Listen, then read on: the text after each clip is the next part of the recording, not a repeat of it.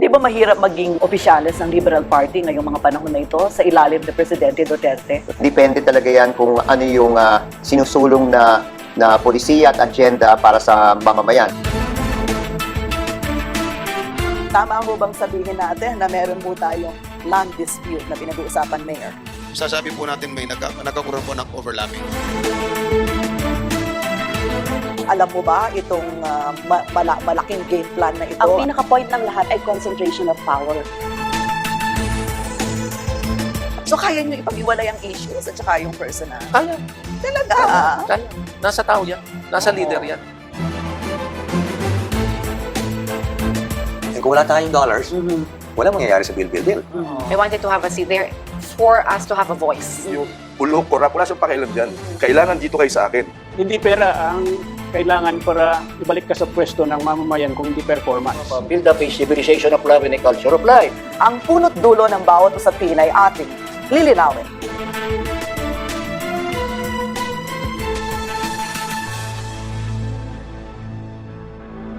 Magandang araw, Central Luzon. Ang mga estudyante, guro at magulang, sila po ang mga buhay na saksi sa nagiging anyo ng kalidad ng edukasyon sa mga pampublikong paaralan sa ating rehiyon at bansa. Samahan po ninyo kaming usisain at liwanagin ang mga isyong napapanahon sa muling pagbabalik eskwela. Ang miserableng kalagayan ng mga nagsisiksikang estudyante dahil sa lumalaking bilang ng enrollees taon-taon. Hindi maiwasang gastusin na hinaing ng mga magulang sa pagpapaaral ng mga anak. At sentimiento ng mga pampublikong guro dahil sa kapos na sweldo. Kada school year, ito ang laman ng mga balita. Ang pakitunguhang labanan ng kamangmangan ng mga Pilipino. Gaya ng hindi maawat na mabilis na pagtaas ng birth rate sa bansa. Ang Central Luzon ay kabilang sa mga rehiyon sa Pilipinas na contributor ng mataas na bilang ng enrollees. Ayon sa Department of Education Region 3, 13% ang itinaas ng enrollees sa mga public schools sa gitnang Luzon. Habang aabot sa higit 3 milyong estudyante o sa eksaktong bilang na 3,223,500 free enrollees ang inaasahang papasok ngayong school year 2019-2020 mula sa private at public school. Ang paglaki ng bilang ng estudyante ay paglaki rin ng pangangailangan sa mga pasilidad ng eskwela, gaya ng classroom, textbooks, silya at bilang ng mga bagong guro. Ayon kay DepEd Region 3 Director Nicolas Capulong, sinisikap nilang maging maayos ang koordinasyon ng public works sa ipinangakong deadline sa konstruksyon ng mga gusaling paaralan. Yung maging problema tamo, some of our buildings are not yet finished. Ang sabi na naman ng DPWH nandin, ela pa masyadong mayayari. Hopefully, nung ela mayari ngayon before the opening, at least sana mga July, available na labang kanito, masyadong siksikan na anak kayo kilog na rin kaya katamong classrooms. Para naman kay Dr. Ronnie Malyari, ang Division Superintendent ng DepEd ng Siyudad San Fernando, Pampanga, ang gampanin nilang maiangat ang level ng kalidad ng edukasyon sa kabila ng maraming kakulangan ay nasa kamay ng mga masisipag at determinadong teaching personnel. Na ang resulta, nakita sa mataas na grado ng mga estudyanteng nangunguna sa National Achievement Test. Sa DepEd kasi ang yardstick ng academic performance will always be National Achievement Test. To date, yung ating data magsasabi na yung mga learners ng City of San Fernando rank first sila among the 20 divisions in Region 3. Habang ipinaliwanag rin ng opisyal na ang kahalagahan ng suporta ng mga lokal na pamahalaan ay malaking bagay upang ang kakapusan at hinaing ng mga guro ay mabigyan ng solusyon. Na isa na rito ay ang mataas na kamalayan sa pangangasiwa ng pinansyal. We have a program here, no, yung part ng kanilang HRD program to monitor the financial status of this teacher and provide them financial management literacy program. Ang kalidad na edukasyon sa bansa, totoong kinikilala ng Pangulong Rodrigo Duterte na nasa kamay ng mga guro. Kaya bilang pagtugon sa kanilang hinaing ay ang paggarantiya nitong maisusunod sa programa ng pamahalaan ang aumento sa sahod ng mga public school teachers. Nanay ko, teacher, ako ba naman magluko sa inyo? Even an agreement or manifesto or choose whatever kind of document. Kayo ang isusunod ko this year. Ang direksyon ng kalidad ng edukasyon sa mga pampublikong paaralan, nasa tamang kumpas nga ba ng mga nagtuturo at namumuno? Makakasama natin ngayon sa ating talakayan sina Ma'am Vilma Liao, ang Secretary General ng ASERT Central Luzon. Dr. Rodel Valdez, Principal ng Pisapungan Elementary School sa Tarlac at ang kauna-unahang AITA na nagkaroon ng doctorate degree.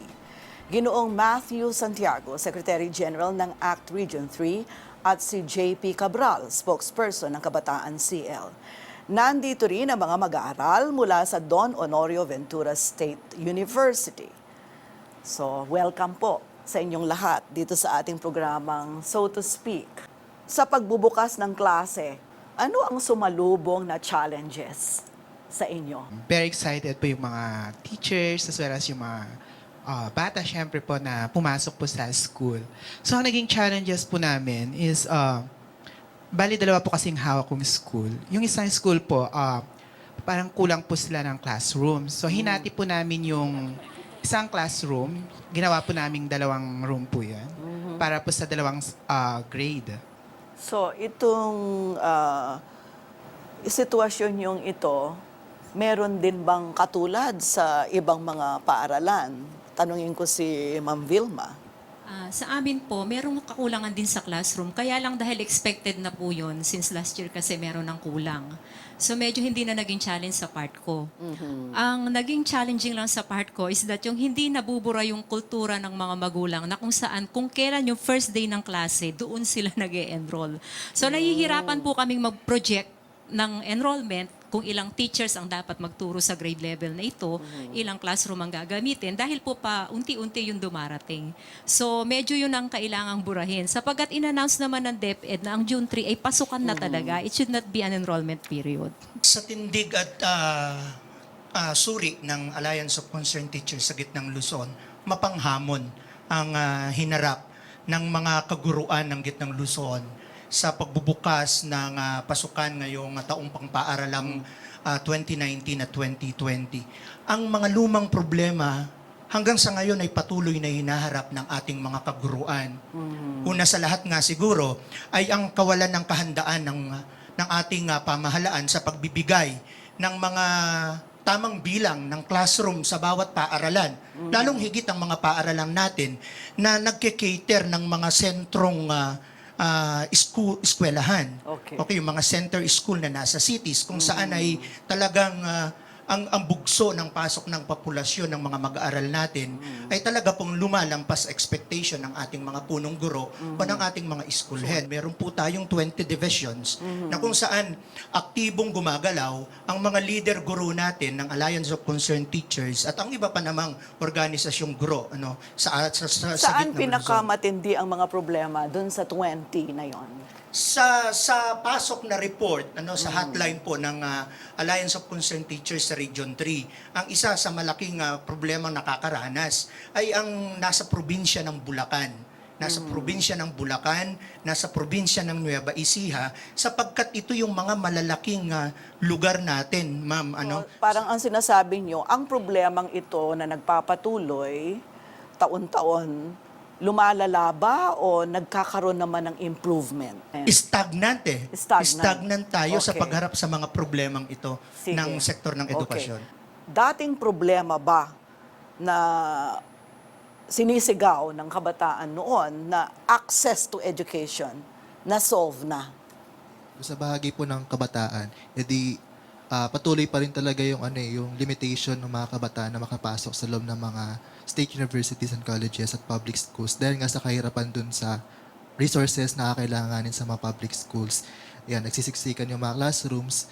Kaya tendency, may mga schools talaga na nilimitan lang talaga nila yung pagpasok ng mga estudyante sa loob ng mga eskwelahan. Kaya yung accessibility talaga ng education, napakahirap pa, lalo na yung mga nasa rural areas, yan, na kung saan talagang hirap sila na makapasok sa mga eskwelahan dahil kinakailangan pa nilang bumaba ng mga bundok, kinakailangan pa nilang maglakad ng napakalayo.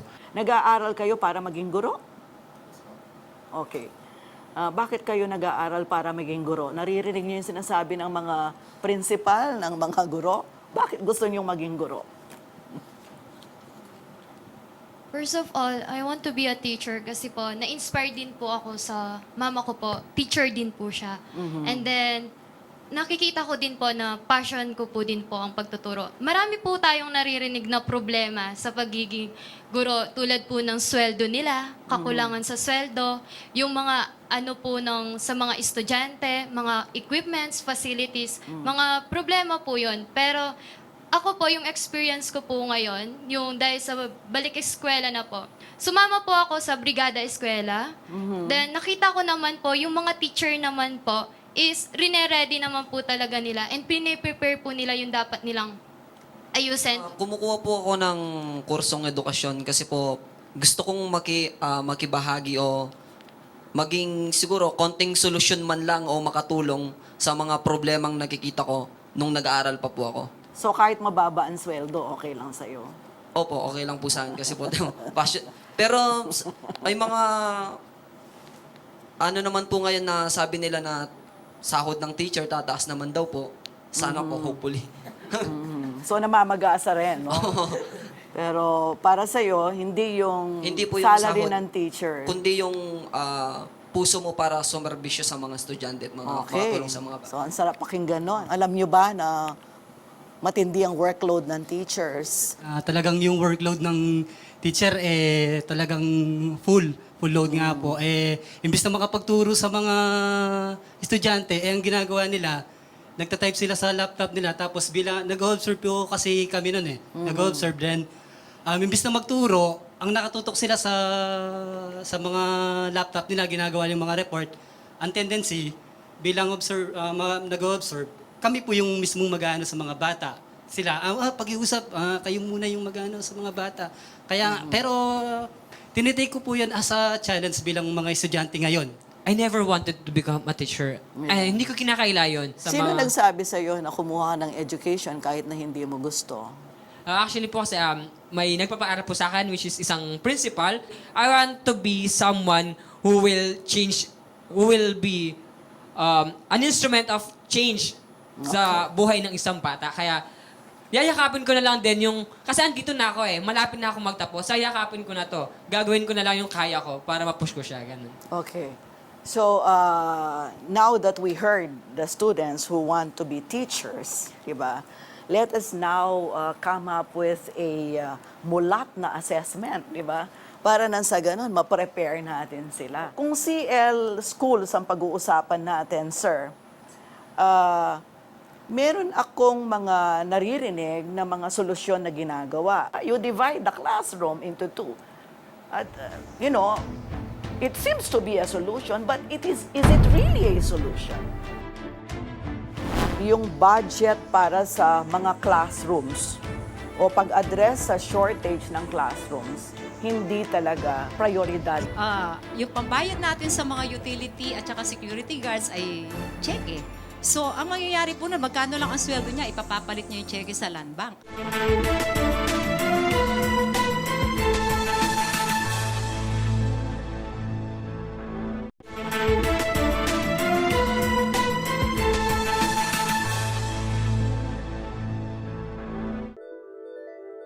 Iginagarantiya ng konstitusyon ng malaking budget sa ahensya ng gobyerno na nangangasiwa sa pagpapabuti ng edukasyon sa Pilipinas. Ang katotohanan ito, nakikita sa taon-taon na deliberasyon ng pambansang pondo mula sa dating 470.6 billion pesos ng taong 2018 sa ngayon 501.12 billion pesos. Sa kabila ng mataas na budget ng kagawaran ng edukasyon, hindi ito nangangahulugan na ito'y hindi maaaring tapyasan ng pondo. Dahilan sa nasilip na underspending na nailalaan sa programa nito, na kung tawagin ay DepEd Education Facilities Fund o BEFF. Tinapyasan ng Department of Budget and Management o DBM ng nasa 69.4 billion pesos na ngayon 30.97 billion pesos para sa DepEd Education Facility Fund o BEFF. Ang pakitunguhan ng lumalaking bilang ng enrollees na ang resulta ay congestion dahil sa limitadong mga school building o mga classroom. na sa panig ng DepEd, ito umano ay unti-unti nang natutugunan. Mula taong 2016 hanggang 2017, ang classroom student ratio na dating 1:32 na ngayon 1:31 sa elementarya. Ang nooy isang classroom na may 43 estudyante, sa ngayon 1 room is to 36 students na lamang. Sa Central Luzon, sa higit 3 milyong estudyanteng sinisikap na makapasok sa school year na ito, nasa higit 6,000 pa na silid-aralan ang kinakailangan para ampatan ng kakulangan at mapaginhawa ang mga kabataang sabik na makatungtong sa unang baitang na eskwela o primary education. Meron akong mga naririnig na mga solusyon na ginagawa. You divide the classroom into two. At, it seems to be a solution, but is it really a solution? Itong solusyon na ibinibigay sa atin na ito yung pinakamalabnaw na solusyon, no? Na hindi sumasagot sa pangmatagalang pangangailangan ng pag-angat ng edukasyon at kwalidad ng edukasyon sa atin dito sa Central Luzon, sa gitnang Luzon, at sa pangkalahatan sa sistema ng edukasyon sa Pilipinas. Kaya nga po ang laging itinitindig ng Alliance of Concerned Teachers ng AC Region 3 ay bigyan nyo kami ng pangmatagalang solusyon. Na samantalang itong problema na hinaharap na to ng ating mga kaguruan, katulad halimbawa ng kakulangan sa ating mga silid-aralan, kakulangan sa ating mga curriculum guide sa ating mga textbook, hindi ito narinig noon lang taong 2005. Hindi ito narinig noon lang taong 2000. Narinig ito sa panahon pa noong 1998, 1995. Bakit ganun kabagal ang solusyong ibinibigay ng ating pamahalaan upang matagunan ang mga problemang ito? Kaya naman hanggang ngayon namamana, paulit-ulit na tinatanggap ng mga school heads ang problemang ito. Pag ang school heads mainit ang ulo, bagsak siya sa kanyang guro. Ang guro ang kanyang pinupuntirya. Kapag ang guro napagalitan ng school heads dahil hindi masolusyonan ang problema sa paaralan, si teacher ang tatamaan niya ay ang bata.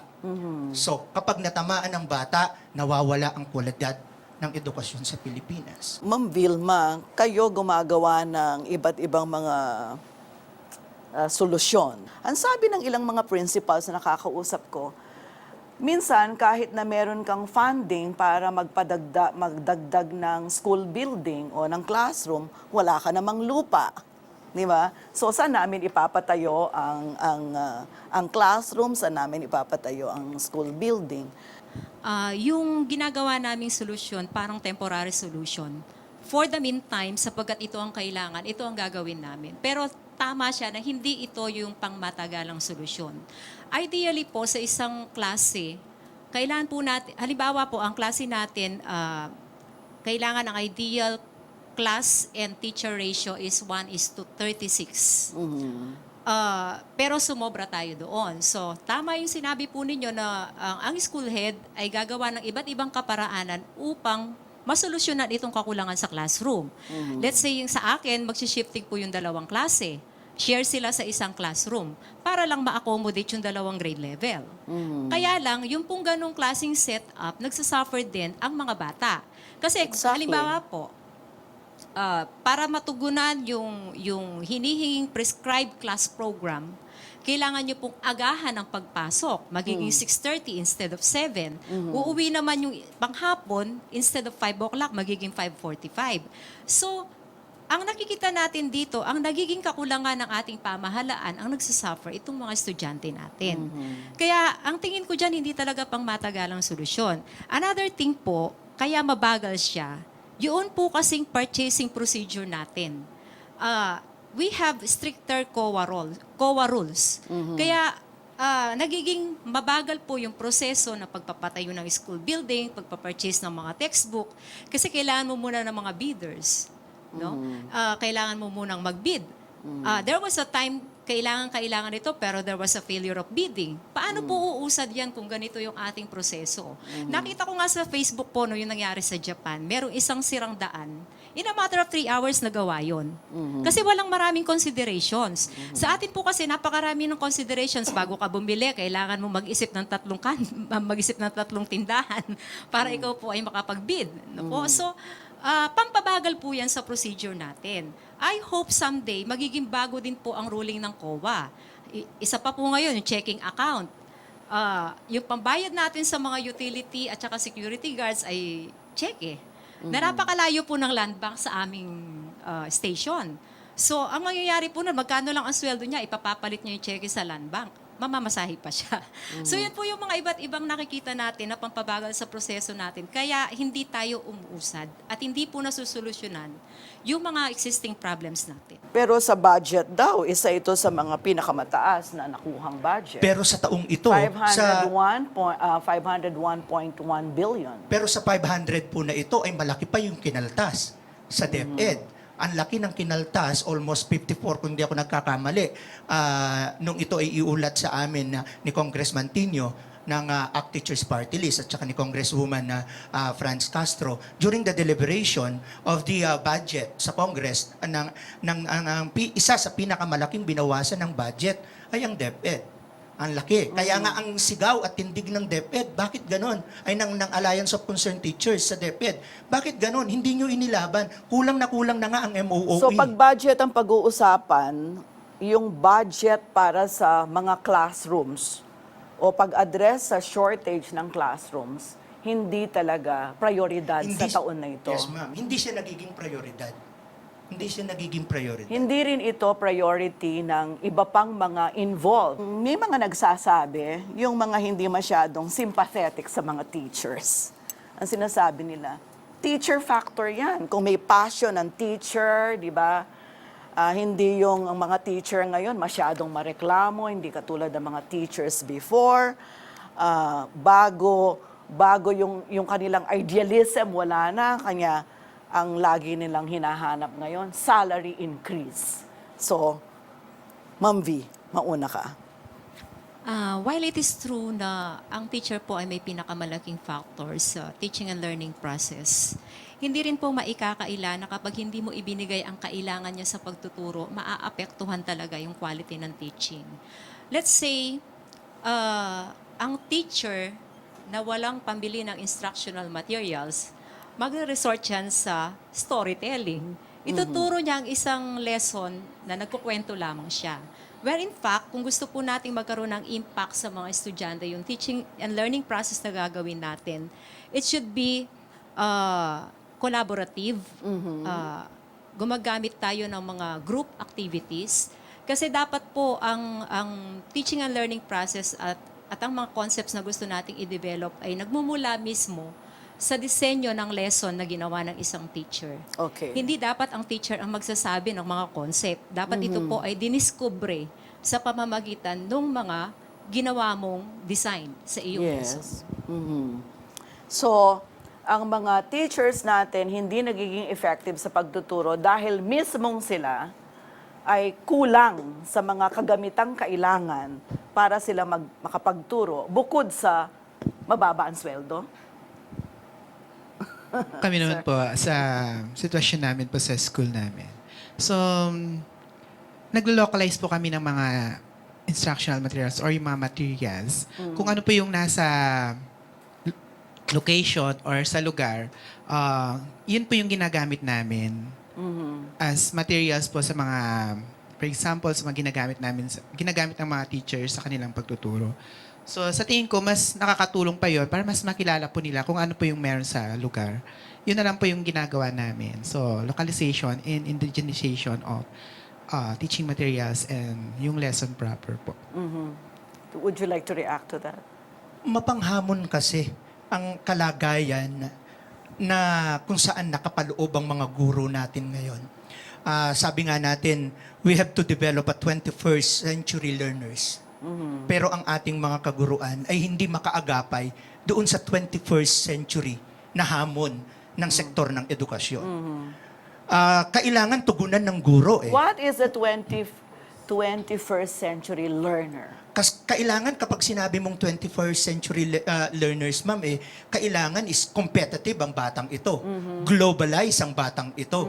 Na alam niya at natutugunan niya, nakakaagapay siya sa pangangailangan ng modernong mundo na kanyang gagalawan na pinakikilos ng globalisasyon. Samantalang ang guro, eto siguro, bit-bit niya yung kanyang mga na sariling talento lamang. Bakit? Hindi siya makaagapay doon sa pagiging 21st century teacher dahil kulang ang tustos sa kanya. Kulang ang bigay sa kanya, ang ayuda sa kanya ng pamahalaan. And she herself is a product of the same education. Correct. Which is now affecting yung mga estudyante natin or yung mga kabataan natin. Kaya, yun nga po, di ba? Kaya ang nakakalungkot, itong teacher, ang gagawin niya, di ba, ipoprovide niya po ang lahat ng mga pangangailangan niya. Bili niya ng sarili niyang laptop, bili niya ng sarili niyang printer, bili niya ng kanyang sariling mga gamit, supplies, hindi na rin na ipoprovide ng iba pa. Sa simula, mabibigay ng mga school heads natin ang mga school supplies. Pero how about yung third quarter, yung fourth quarter? Lalo na, ito pa ang PPST RPMS. Isang mapanghamong ibinibigay ng ahensya, ng Departamento ng Edukasyon na kayong mga teachers dapat, eto kayo, PPST ready kayo, RPMS ready kayo. Ang laking hamon ito para sa ating mga kaguruan. Ang tanong po natin, ano ang ibinibigay ng ating pamahalaan upang si teacher maging 21st century teacher? Okay. So, yung kabataan, ano ang take mo dito sa teacher factor na pinag-uusapan natin? Kung sasabihin natin na kung bakit ganito yung quality ng education sa kasalukuyan ay teacher factor, parang napaka-unfair din naman sa mga teachers natin. Kumbaga, tinatawag natin mga kabataan bilang pag-asa ng bayan. Pero yung mga guro, no, ay talagang kulang no, sa practice, kulang sa training, seminars, at pangangailangan. Kasi nga, yun nga yung mga guro natin sa kasalukuyan, no, ay di nila ma-accommodate yung pangangailangan nila sa loob ng classrooms.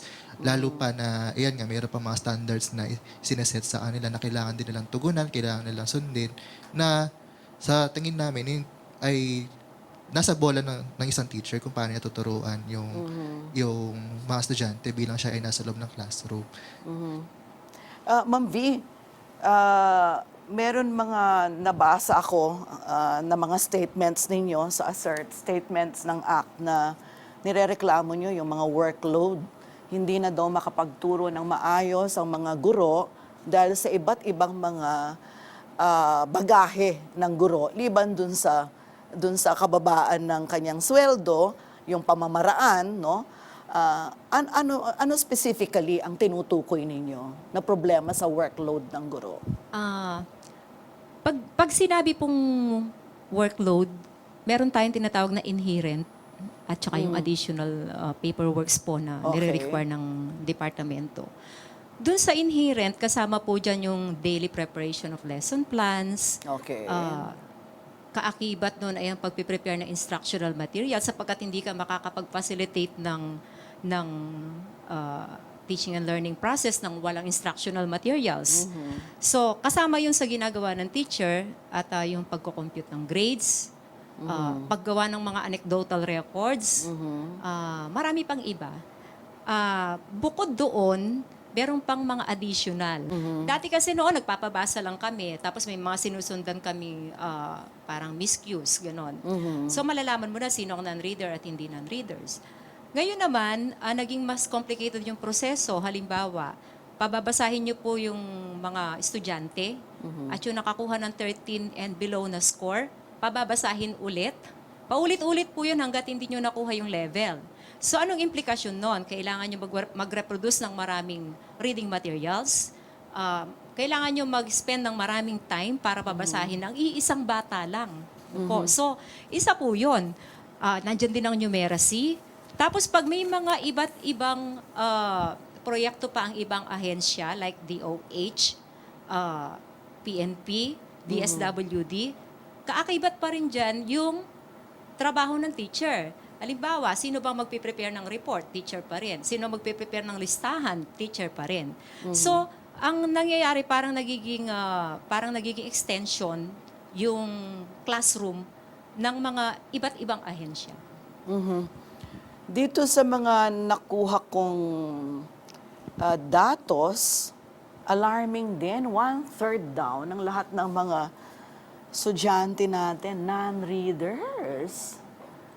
So I suppose, yung binabanggit ninyo kanina na intervention is a result of a problem among our pupils, among our students, na nag-aaral sila pero hindi sila a third ng mga estudyante ay hindi marunong magbasa. Hindi pa kasama yung marunong magbasa pero hindi naiintindihan ang binabasa. That is a question of comprehension. Meron talaga din naman na teacher pero hindi dapat nag-teacher. Tama ba? Marami tayong tinanggap na guro na they are not professional teacher.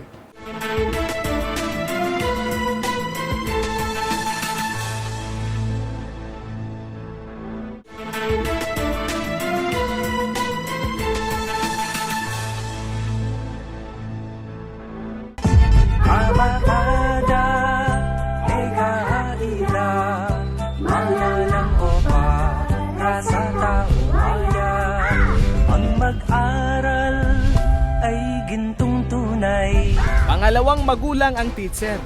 Sumasabak sa makabagong kultura sa magkakaibang personalidad ng mga estudyante na galing sa iba't ibang uri ng pamilya.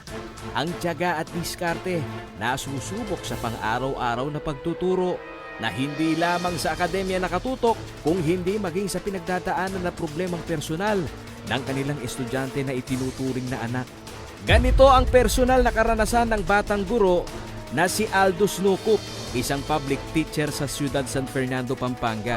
Siguro hindi ko makakalimutan yung na-experience ko nang magkaroon ako ng estudyante na papasok, lasing, ay may hangover, ganyan, wala sa sarili, ganyan.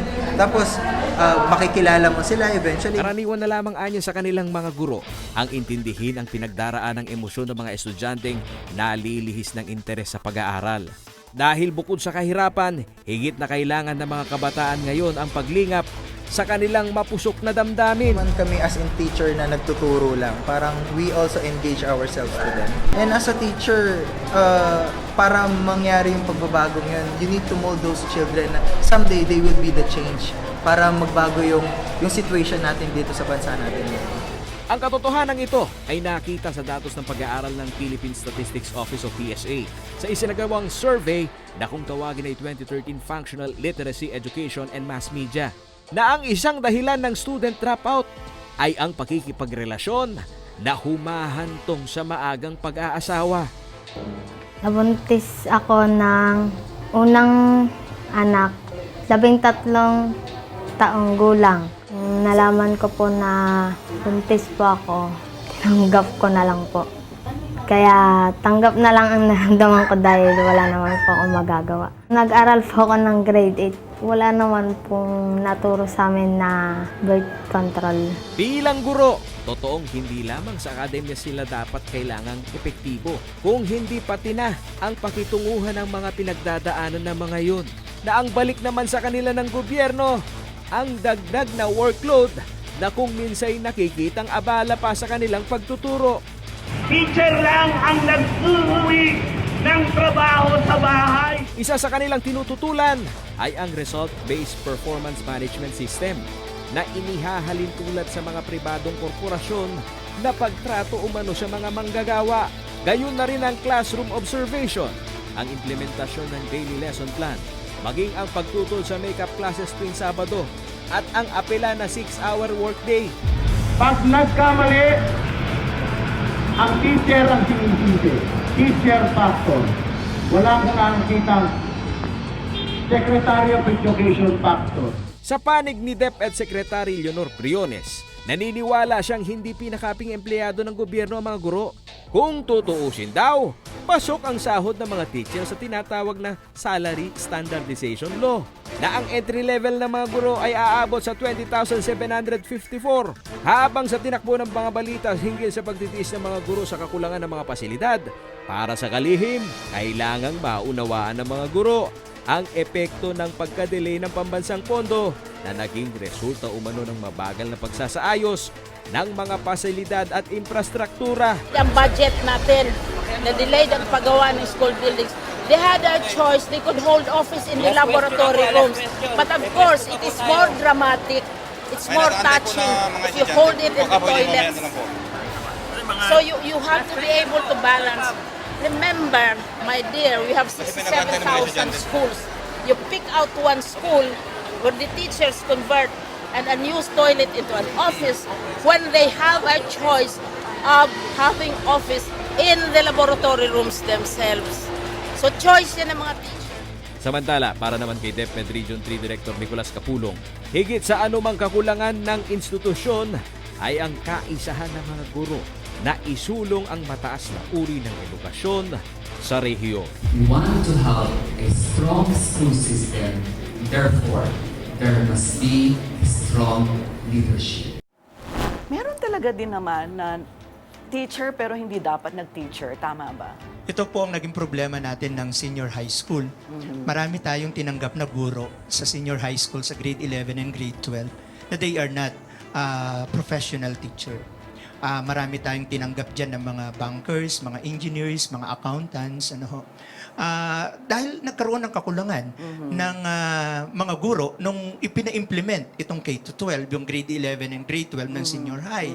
Kaya ang SISTE, ang ginawa, sige, tanggapin natin ito, gawin natin silang provisionary, bigyan natin sila ng 2 taon o 3 taon, 5 taon para makakuha sila ng professional education units nila and then mag-take sila ng kanilang board exam. So ngayon, ito yung problema po na hinaharap natin. Yung sinasabi na kapag ang bata ay hindi masyadong matalino, kumuha na lang daw siya ng education. Kapag kulang ang pera, yung kinikita ng magulang, sasabihin sa batang babae, huwag ka nang mag-aral kasi mag-aasawa ka din lang. O kaya kung nagpupumili at ang babae na mag-aral, kumuha ka na lang ng education. Kumuha ka na lang ng education. So, parang sa wari ko, meron din talagang factor yung napipilitan na kumuha ng education kahit na hindi angkop ang kanyang, what do you call this, yung kanyang competency, yung kanyang para siya ay maging mahusay na guro. Malaki din kasi ang requirement sa mga guro, hindi ba? So, papaanong tatalino ang estudyante kung walang ganang magturo ang guro? Tama? Walang tiyaga, walang bukod sa hindi yun ang kanyang linya. I am not trying to I don't want to patronize teachers. Neither do I want to put them down. Because I know, we grant, the state responsibility in education is far greater than the individual responsibility of every teacher, of parents, of students, of local government units for that matter. Ang aking pinoproblema ngayon is whether or not yung non-readers natin are the product of teachers who are not effective in teaching. Sir, please, give me a straightforward answer. Ako siguro, titindig ako doon sa sinabi pa rin ni ma'am ng makabayang edukasyon. Yung makabayang edukasyon. Ang teacher kasi natin ngayon, pilit man siya o hindi man siya pinilit o naging ano niya man ito. Ang teacher ay ipinatutupad sa kanya, ipinai-implement sa kanya ang isang kurikula na hindi umaangkop. Ang isang kurikula na hindi umaangkop sa kalagayang pang-Pilipino. Ako, masasabi ko na hanggang ngayon ay hindi makabayan ang kurikula natin. Makadayuhan ang kurikulang tinatanggap natin. Pinipilit ng guro na ito dapat ang gawin natin sa ating mga estudyante, sa ating mga pupils. Kaya kung minsan ang taas ng level ng pagtuturo ng matematika, ng science, pero yung pinaka-basic na dapat na matutunan ng isang bata, hindi niya natututunan. Yung kaugalian at pagkakakilanlan ng isang Pilipino na dapat natututunan ng isang bata sa edukasyon, sa kurikula, hindi ito nabibigyan ng diin. Try na lang po natin. Ang values education, 2 meetings lang. 30 minutes sa isang oras sa isang linggo. Ang ating araling panglipunan, nakakalungkot. Ang science, ang math, ang English, 4 na beses sa isang linggo sa high school, pero ang ating araling panglipunan, 2 beses sa isang linggo. Ang sentro pa ng usapin na hindi naman sa kasaysayan ng Pilipinas. Ang sentro ng usapin sa araling panglipunan, globalisasyon. Ang teacher kasi ay produkto nun ng same content ng education na kanyang tinuturo. So, paano siya magiging instrument ng pagbabago, Ma'am V? Totoo po yun. Kung pattern lamang ang nangyayari sa atin, talagang hindi tayo magiging instrumento po ng change. Pero may gusto po akong ipunto. Ito po kasi nung nakapag-seminar kami sa Ateneo noon, nagkaroon ng comparison sa curriculum ng Pilipinas at curriculum po ng Singapore. Okay. And knowing ang mga Singaporeans, magagaling po sa math and sciences yan. No? So, nagkaroon po ng comparison na ang curriculum po ng Pilipinas ay napaka-congested. Nagkaroon ako ng maling hope nung nagkaroon ng onset sa K-12. Kasi akala ko dahil hinabaan yung length ng pag-aaral, made-decongest yung curriculum. Pero nagkamali po ako ng sapantaha. Baligtad ang nangyari. Opo. Kasi grade 1 pa lang, napakarami na ding pinag-aaralan.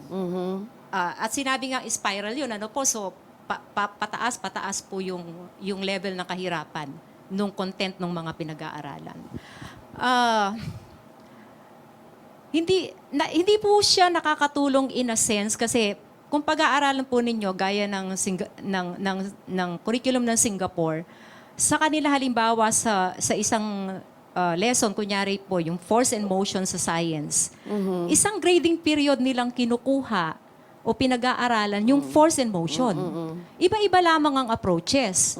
Pero sa atin, isang araw, isang bagong lesson. Nasaan ang mastery doon? Yun po yung matagal na naming inaakyat sa central na pag-aralan at i-review yung curriculum po ng Pilipinas para ma-address natin yung nangyayari. Kasi nagko-compound yung problema natin. Una, bakit hindi makabasa sa grade 1? Yung curriculum ng grade 1, hindi naman nagtuturo ng reading. Opo, more on listening siya. So, paano siya matututong magbasa?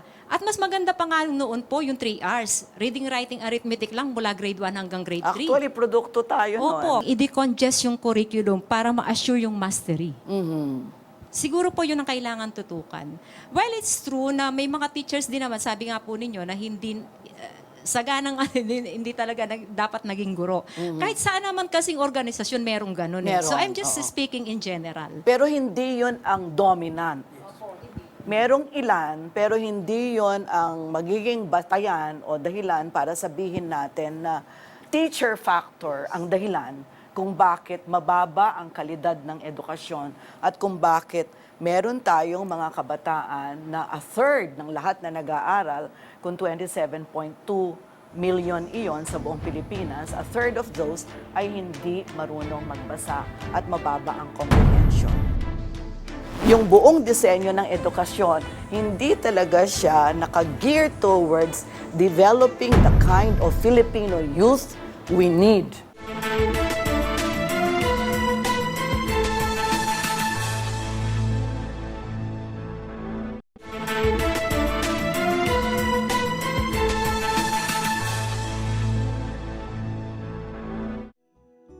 Sa tinatawag na trifocalization, nakabase ang pagbalangkas ng batas ng Congressional Commission on Education o EDCOM na siyang sandigan upang bigyan ng halaga ang kalidad ng edukasyon sa bansa.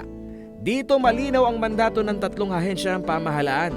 Ang DepEd na responsable sa basic education, ang CHED o Commission on Higher Education para sa tertiary at graduate education. Habang kasama rin sa education system ang TESDA o Technical and Skills Development Authority.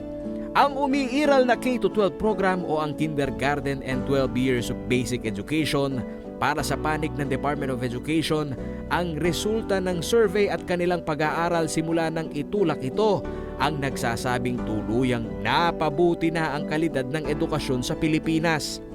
Isa sa mga naging konsepto ng K-12 ay yung kadahilanan na ang Pilipinas sa halos sa mundo ay nahuhuli na in terms of pagpapatupad ng 12-year cycle sa basic education.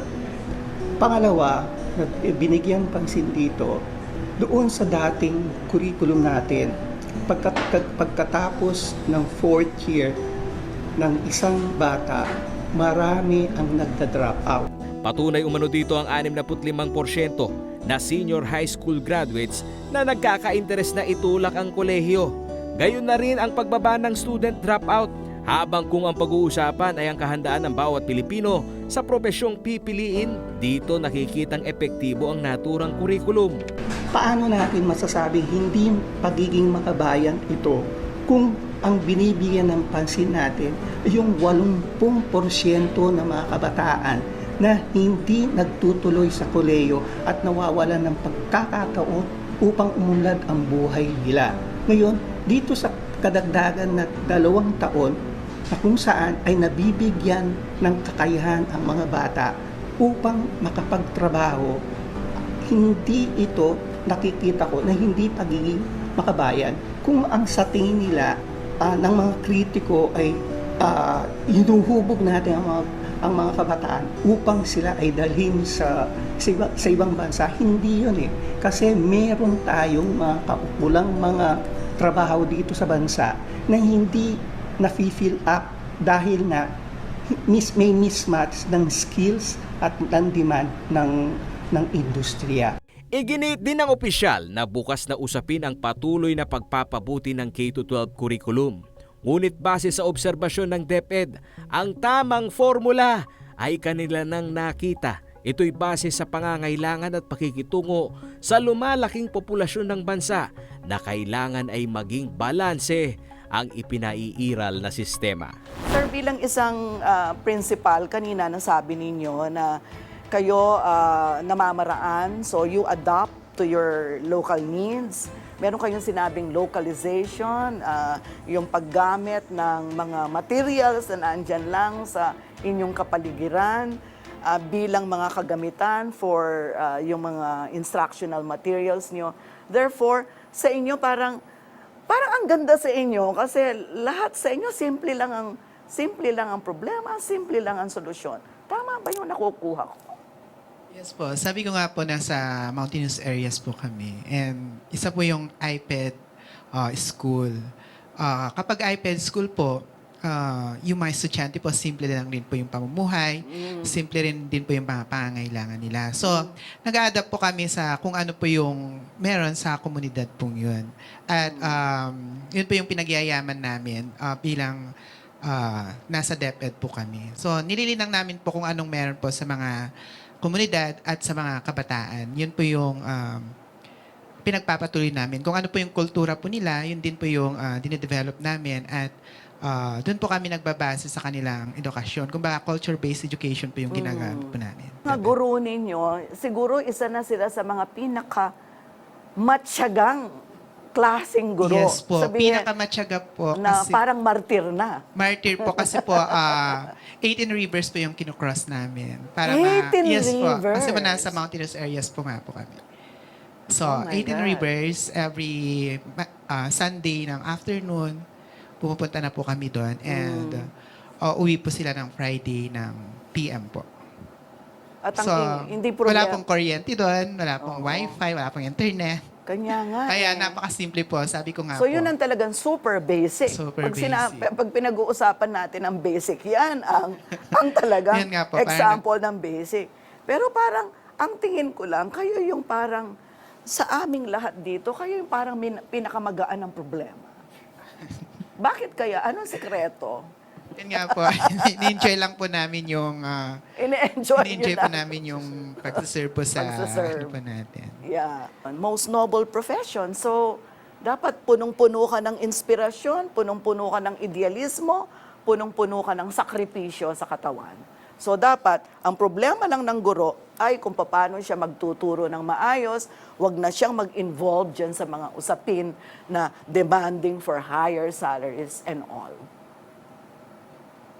Kung merong pinakamasarap siguro na profesyon at tungkulin o mandato na matatanggap at ipauulit sa akin, ay ito yung mandato ng pagtuturo. Uulit-ulitin kong yayakapin ito.